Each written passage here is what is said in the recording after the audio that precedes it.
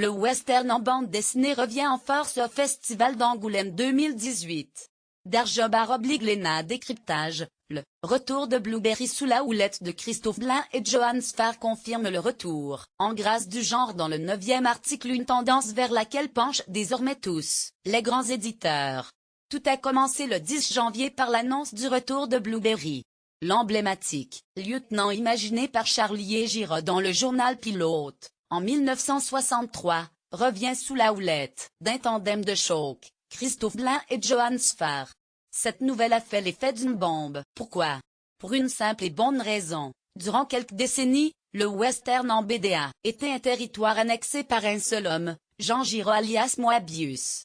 Que Mike Steve Blueberry enfourche à nouveau son destrier, lui dont on n'avait plus eu de nouvelles depuis 12 ans, semble indiquer que le genre revient en force dans les bacs des libraires.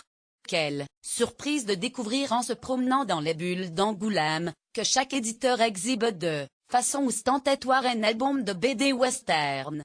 Histoire de suivre la piste tracée, l'année dernière, par le Grand Prix 2017 Herman, qui a conquis le public avec Duke, son cowboy taciturne, dont la deuxième aventure, Celui qui tue, sort ces jours-ci au Lombard. Alors que le western rencontre un véritable désamour à Hollywood, Darjo affiche la série Undertaker, de Ralph Meyer, Xavier d'Horizon ou encore Gust de Christophe Blain. Au Lombard, on parie sur Yves Wolf, Durango, qui opère son retour sur le western avec Lonesome. Même Fluide Glacial s'est lancé dans le genre, avec Moondor et Versa.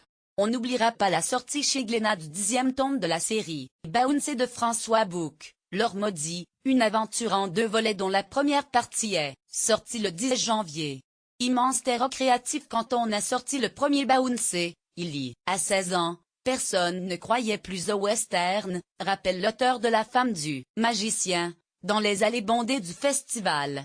Si le western a perdu de sa superbe au cinéma, il demeure un immense terreau créatif en bande dessinée, qui n'hésite pas à bousculer les codes du genre. François Bouc, comme Mathieu Bonhomme, auteur de Texas Cowboy avec Trondheim, et de L'homme qui tua Lucky Luke ou encore Frédéric Pété avec L'odeur des garçons affamés, sont autant de dessinateurs pour qui le western est devenu un terrain d'exploration. Des artistes qui ont su manier leur crayon pour exploser la limite du genre, le dépoussiérer de ses poncifs. Il ne s'agit pas de se mettre dans les pas des plus grands, mais d'imaginer son propre univers.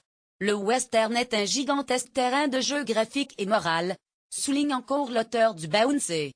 L'audace et la prolifération des titres à venir l'illustrent à merveille. Si le cinéma pouvait en tirer des leçons. Service, retrouvez Bouncé en ligne sur Isnea.